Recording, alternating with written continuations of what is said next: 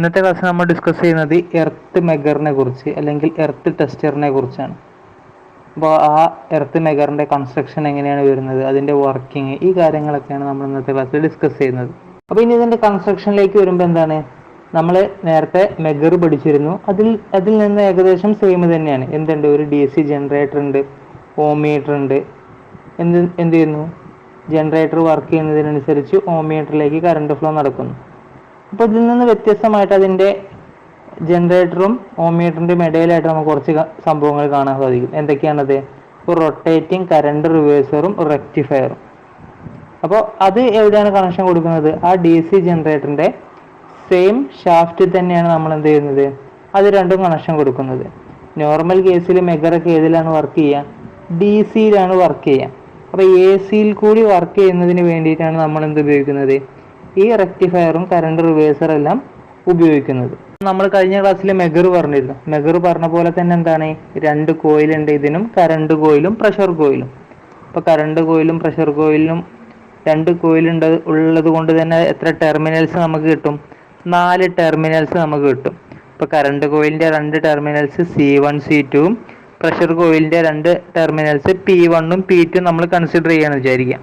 അങ്ങനെ ചെയ്യുമ്പോൾ നമ്മൾ എന്ത് ചെയ്യും, അതിൻ്റെ ഒരു പ്രഷർ കോയിലിൻ്റെ ടെർമിനലും കറണ്ട് കോയിലിൻ്റെ ടെർമിനലും നമ്മൾ എന്ത് ചെയ്യും, ഷോർട്ട് ചെയ്യും. അപ്പോൾ നമ്മൾ P1 C1 എന്നിവ എന്ത് ചെയ്യുന്നു, ഷോർട്ട് ചെയ്യാണ്. അപ്പോൾ എന്ത് ചെയ്യും, അതൊരു കോമൺ ടെർമിനലായിട്ട് മാറും. അതിനെ നമ്മൾ എന്ത് ചെയ്യും, എർത്ത് ഇലക്ട്രോഡ് എന്ന് പറയും.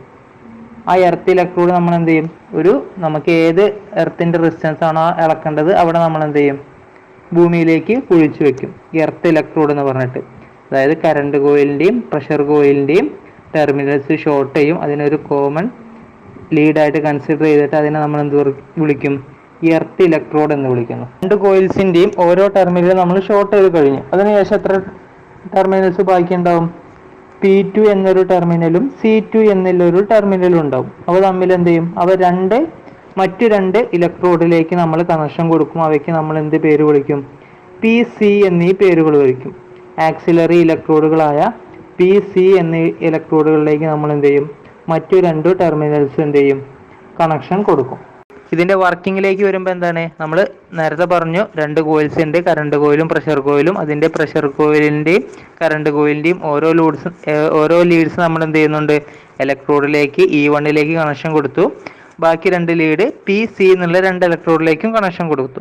അതിനുശേഷം ഇതിൻ്റെ വർക്കിംഗ് പറയുമ്പോൾ എന്താണ്, ഇതിൻ്റെ ആ DC ജനറേറ്ററിൻ്റെ ആ ക്രാങ്ക് നമ്മൾ എന്ത് ചെയ്യും, കോമൺ സ്പീഡിൽ റൊട്ടേറ്റ് ചെയ്യും. അപ്പോൾ എന്തുണ്ടാവും, ഒരു വോൾട്ടേജ് പ്രൊഡ്യൂസ് ചെയ്യുകയും ആ വോൾട്ടേജ് ഫ്ലോ ചെയ്യുകയും ചെയ്യും. അങ്ങനെ വോൾട്ടേജ് ഫ്ലോ ചെയ്യുമ്പോൾ നമുക്ക് എന്ത് ചെയ്യുന്നു, മീറ്ററിൽ ആ എർത്തിൻ്റെ റെസിസ്റ്റൻസ് ഡയറക്റ്റ് ആയിട്ട് നമുക്ക് കിട്ടും. അപ്പോൾ അവിടെ കിട്ടുന്ന ആ റീഡിങ് എന്ന് പറയുന്നത് എന്തിനെ ഡിപ്പെൻഡ് ചെയ്യും? ആ ഒരു റേഷ്യോ ഡിപ്പെൻഡ് ചെയ്യും. എന്തിൻ്റെ റേഷ്യോ ആണ്?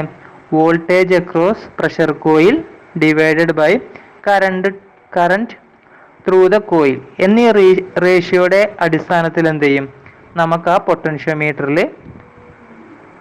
നമുക്ക് ആ ഓംമീറ്ററിൽ എന്ത് ചെയ്യും, റീഡിങ് ലഭിക്കും.